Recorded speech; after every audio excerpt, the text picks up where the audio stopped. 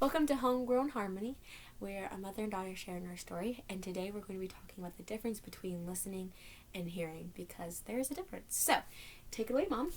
Okay, so one of the big things that I see a lot of parents talk about is how their kids don't listen to them. And I think it's important as a parent to recognize that it is your responsibility as a parent to work on the communication with your children. Kids are learning, and it's a process. It doesn't just happen overnight. You're going to repeat yourself a lot. Yeah.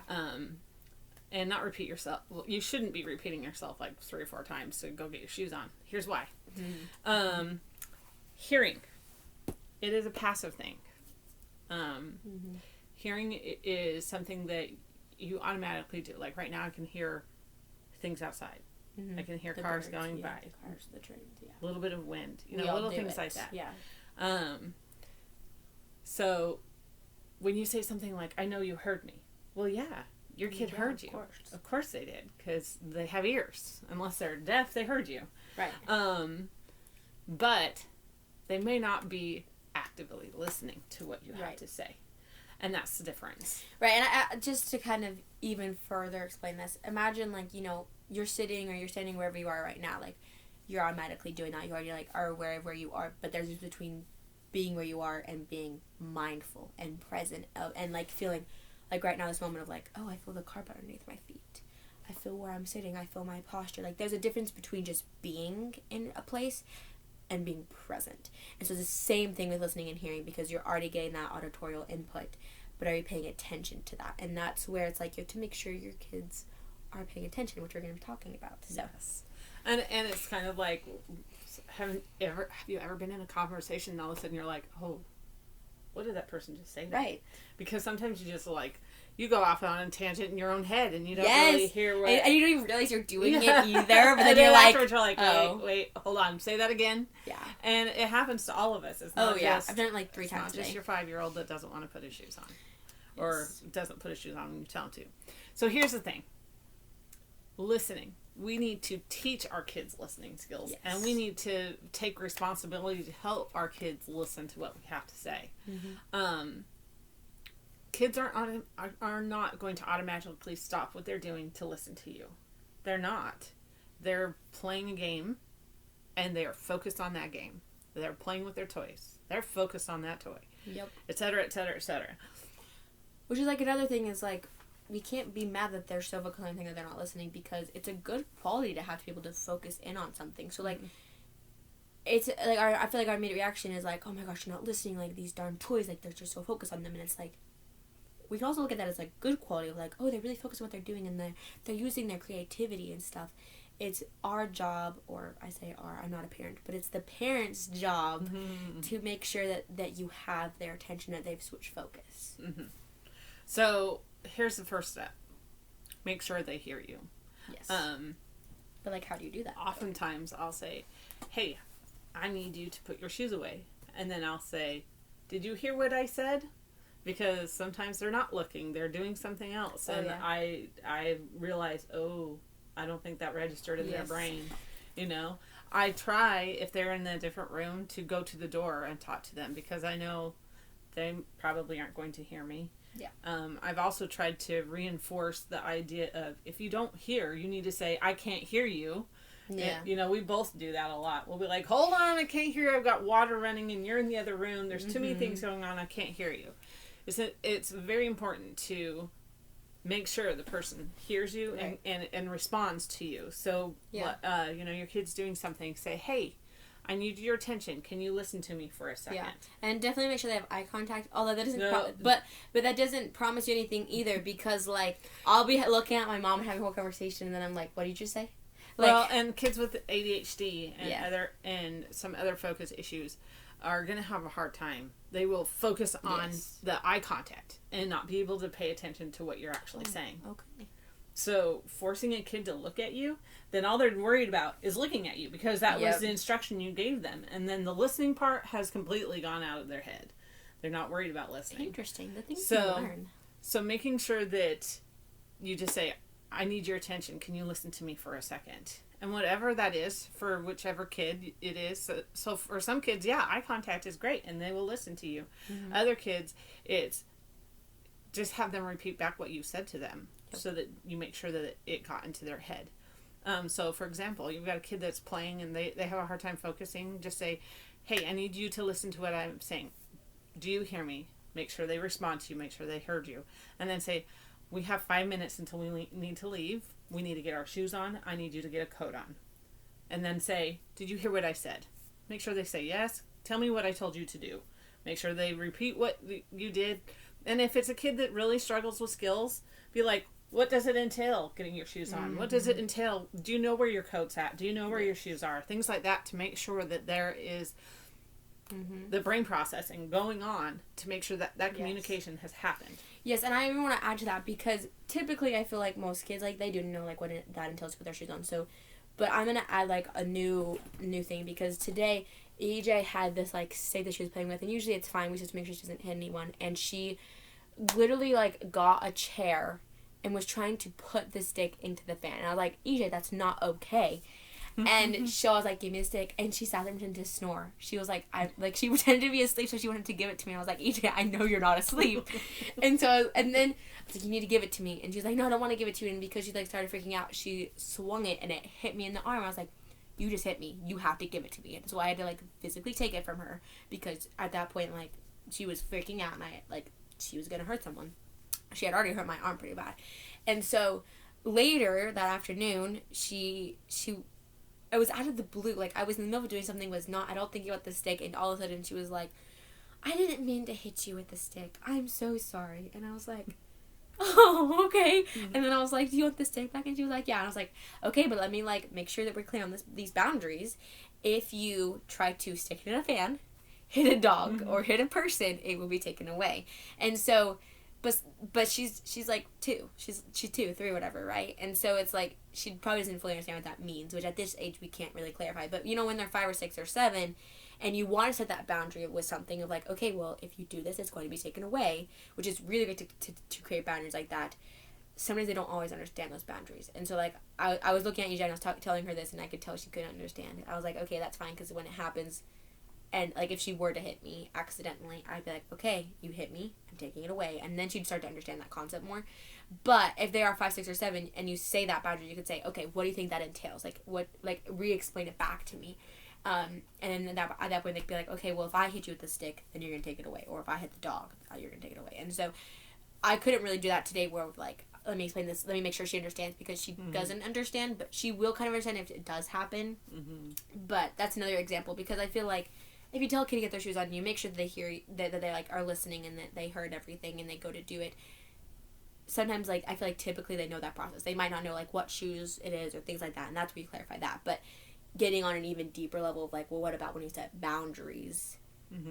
Because boundaries are really hard to understand sometimes, especially if they're younger and they're, like, they don't understand, like, oh. Especially because, like, when I told her that, it was 3 different things that I was listening. It wasn't just one of, like, if you hit me, I'm to be taken away. It was, if you hit me, hit the dog, or try to stick it in the fan. So that was a lot. And so just things like that, of, like, just making sure that they understand those boundaries too, and those deeper things. Along with, like, understanding things, it's also age appropriate. Yes. Making sure that something's age appropriate.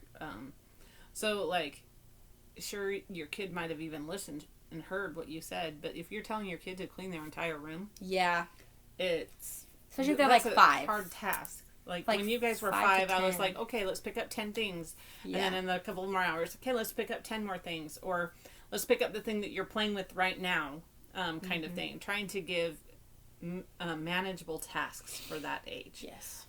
It's extremely important to understand. And you can even make it fun, too, of like, let's count to 10 as we do it. Because, like, when they're like 2 or 3 or 4, you can be like, okay, 1, 2, and like, it can be a fun thing, too. Or name the color, like, if you have blocks that are colored. Yes. Let's name the colors of the blocks as we put them away. Yep. You know, things like that. And it's important to do it along with them. EJ eats a whole lot better when I sit at the table with her. Yeah. Because she's not off wandering around. I can sit there and we usually will talk about something together. Yep. Or we have a little magnet thing with letters on it, and I'll have her help me do it, and we name the letters and stuff while she's eating breakfast. Yeah. So that it's something that engages us together, and she'll sit there and she eats so much better when I do stuff like that with her. Because if she's given like the chance and like is able to, she will eat 3 breakfasts. She will have oatmeal and yogurt and applesauce and like apples themselves. Like she will have 3 different breakfasts if she is able to. If she's off wandering around, then she won't. But again, making sure that it's age appropriate, because your kid could be listening but just not capable of pulling off what you're expecting out of them. Okay, so teaching the listening skills. There are many different ways to do this depending on the age of the child. But some things like eye contact is dependent upon the child. Yes. If it's not working for them, don't make them do it. Teach them something else. Some kids do need a fidget toy or something to keep them busy, or some way to keep their hands busy. If like theater teachers or choir teachers will tell you to like rub the sides of your pants or do something with your hands if you need to, you know. But also like repeating back what they say. Like I just said, we need to make sure that they're repeating back what we say. Hey, what did I tell you? Tell me what. So you also need to make sure that they learn how to repeat something that someone says to them. So like if they're at school and the teacher says, gives them an instruction, they can say, okay, you told me to put on my coat. I'm going to go do that now. Yep. Another thing that you can teach them to do is what's called checking back. You know, part of following a task is you give them the task, they do it, and they need to check back with you. Making sure that they learn how to check back with you can be another way. My kids haven't done that in a long time, but there have been times that I've been like, we're going to work on, you need to check back, which wasn't super a big focus for us because you guys were pretty good. Like I usually try to make sure that you guys just knew the task and got it done. But for some kids, they need to have that. I can't even think of the word right now. That like, last step of making sure that if the follow through. Yeah, and the what's what I'm looking for, like the shoot. Like I can't think of the word either. I think we're probably thinking of the same word. But making sure that they follow through with it can be really important for them to make sure that and holding them accountable. I think that's kind of what I was trying to get to. Making sure that they take accountability for their actions. So it's really going to be dependent on each kid. Some kids are going to be way more inclined to have a conversation with you about the task that you want them to do. Some kids are going to be full blown into something in the middle of it, and being able to teach them that, hey, when I say your name, you need to stop. And that might be helpful. Create some type of cue for them to understand that, okay, now you need to stop and listen to me. That way they know, and you know, that they're listening. Like, say, you know, you're in the middle of playing cards with somebody. I say your name. I need you to stop what you're doing and look at me. Or whatever it may be, dependent upon the child. I need you to stop what you're doing and say, what can I do for you? Or something, a response that shows that you are listening to what I have to say. And teaching them that so that they have that skill for in the future when they're with other people and need to have that communication and that listening. Those different parts to listening is extremely important to understand. But as a parent, I think I fall back on that a lot is, did my kid actually listen? If they're in another room, can they hear me? Right. And all of those types of things. So making sure that you don't automatically fall back on, well, I said it 4 times. Well, yeah, you said it 4 times, but how many of those times did it actually get into their brain, process through their communication and their cognitive abilities, and actually come out as, Mom told me to do this. Right. Which is what we're talking about at the beginning of this episode of, you shouldn't have to say it multiple times if the very first time you make sure it comes across and they're listening, and use these steps to make sure that they fully understood you and like had all of that understanding. Then you won't have to repeat yourself 5 times, and then you won't get frustrated, and then it won't be this endless cycle of, well, I told you, and they get frustrated because they're like, then you're upset at them and they don't understand why they're upset because they're like, didn't hear you really. And earphones. Yes, Brig always has like one earphone in, like always. And it's so much harder to hear when you have one in. Oh, yeah. It was so funny because when I was at theater, the stage crew, they have to wear these headsets and it covers one ear. Like, that way they can make sure, like, the whole team can communicate since they're all over, like, the stage and stuff. And they were talking before on showtime and they were like, it's so funny how, like, it only covers one ear, but we cannot hear, like, at all. And I was like, yeah. Unlike the other day, you were practicing in the car, and I was listening to an audiobook, and I had to cover my other ear because I could hear you, so I was hearing both things. And I'm glad which made it so that it was really hard for me to, like, register what I was hearing in my ear. So vice versa, it's, you know, if you've got all of this coming in, it's not going to register. It's going to be hard for you to figure out what's going on. So even if it's just one in your ear, make sure that they actually are listening to you. And make sure that if, like, I often look at Brigham and see, oh, he's got his earphones, and I'll be like, I'll yell his name or clap my hands or wave in front of him or whatever to make sure I know that he's actually heard me. Because if I just go, Brigham, we're leaving in 5 minutes, and he's got his earphones in, he's not going to hear that. He's not going to register anything that's going on. So taking responsibility on my part to make sure that the communication actually happens is extremely important. And also, like, going back to, like, that following through of it, like, this morning, she was gone, and me and Bri, we were watching our show, eating breakfast or whatever, and you called and said, okay, I'm going to be home at, like, 10:25, make sure he's ready to go, and I was like, okay, but I didn't just leave Brig to make sure we did that, because, of course, we were watching some TV and stuff, and we didn't get done with our episode until probably, like, 10:10, so we had 25 minutes, and I was like, I told him, I said, okay, you have 25 minutes, you still need to take a shower and get your karate clothes on. And so he went and he did it. And so that follow through of, like, making sure he knows the next step. Because even for me, like, sometimes I'll forget that I have to do certain things, but I have to leave or whatever. And so I took that step of, like, okay, following up with you because it's been 15 minutes since we had that conversation with Mom. And at that time, we had plenty of time. But now you don't have plenty of time. So let's make sure that you start taking those actions now and don't dilly-dally.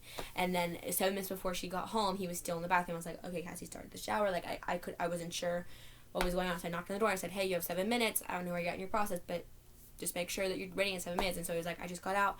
I need to dry off and get dressed. And he was 100% ready when Mom came home. And so, but I think if I hadn't have done those steps to help follow up with him, he would have definitely not have gotten quite as ready. Yeah. You would have gone home and I was, like, still tying his shirt or something. Yeah. That happens. Yeah. So, yes. Sometimes they'll forget sometimes. So, following through. And I think it's a lot of listening. Yeah. And I think the really, like, because we're telling you all of this stuff, but it's like, why should you follow through? Why should you use these tips and tricks? And I think the biggest thing that I've learned is, because my mom has done this for me and my siblings, and I now do it for my siblings, I'm able to do it for myself. I'm really good at, like, keeping track of time and being able, like, okay, I have to get this and this and this done before I go.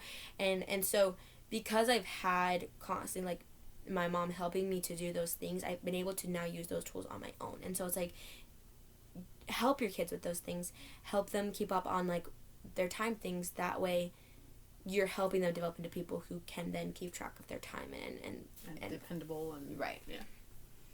So yeah. Yeah. Hopefully that makes sense. Yeah, hopefully that helps.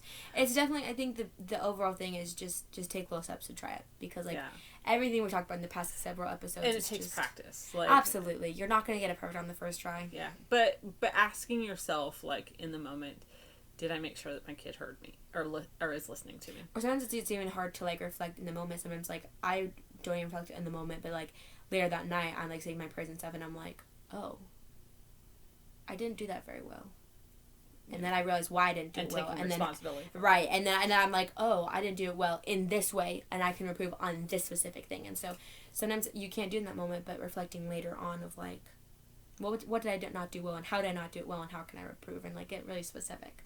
Because just overall being like, oh my gosh, they didn't listen to me today is totally different than, oh, he had a hard time listening because I didn't make sure that he was paying attention and, like, heard me, and I didn't make sure he repeated. I'm going to be better on making them repeat.